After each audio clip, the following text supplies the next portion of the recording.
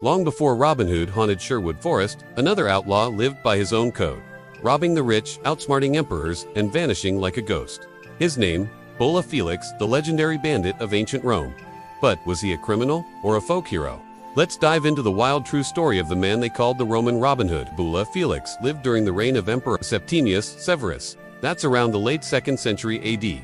Now, the Roman Empire at that time was powerful, but also corrupt, unequal, and brutal. Perfect conditions for a rebel to rise. We don't know much about Bulla's early life, but according to the Roman historian Cassius Dio, Bulla was not your average criminal. He was educated, charismatic, and clever. More brains than brawn. Instead of just looting villages, Bulla ran a massive organized gang of bandits in central Italy.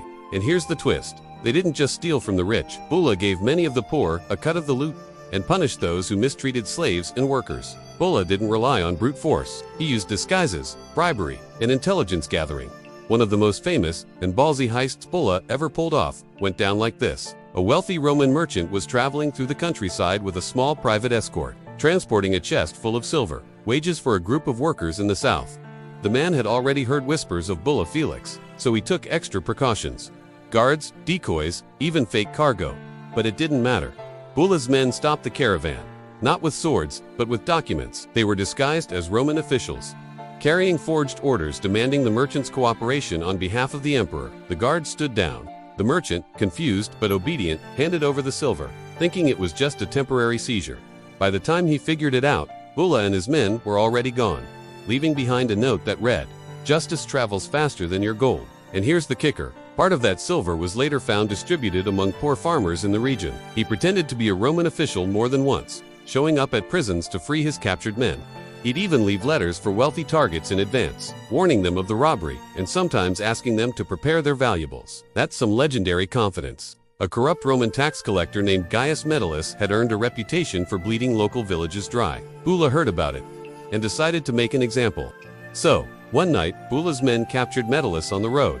Not by force, but by sabotaging his carriage. The wheels were removed in the dead of night while he slept at a secluded inn by a roadside. When he woke up, Bulla himself was sitting across from him, dressed as a Roman magistrate, and instead of threatening him with death, Bulla put him on a kind of trial. Right there, under the trees. He listed the complaints from local farmers.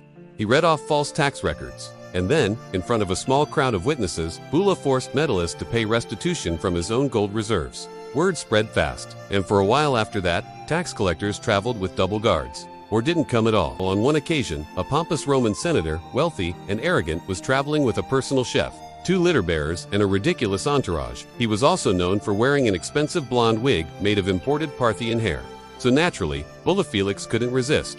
His men snuck into the senator's camp disguised as entertainers, jugglers, flute players, even a fake poet. They put on a show so good, the senator invited them to his personal tent. While the senator clapped and ate grapes, Bulla slipped in behind him, snatched the wig right off his head, and said even the gods would weep at such deception. The entire camp froze.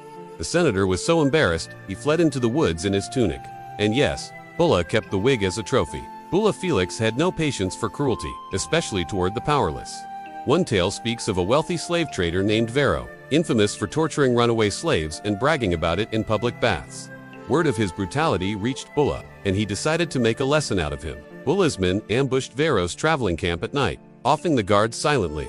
They tied Varro up, dragged him deep into the woods. Bulla brought out 10 of the slaves he had abused.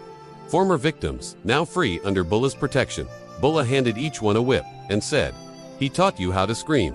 Teach him how to beg." By dawn, Varro was found half-stripped and barely alive, tied to a tree with the word tyrannus, tyrant, carved into his flesh. He survived, but he was never seen in public again. Brutal, absolutely. But too many, it was justice. Roman style. But like all legends, Bulla Felix's luck didn't last forever. The emperor eventually had enough. He sent a trusted officer named Fabius to track him down. Fabius captured a man who had been helping Bulla, probably under duress, and used him to infiltrate the gang.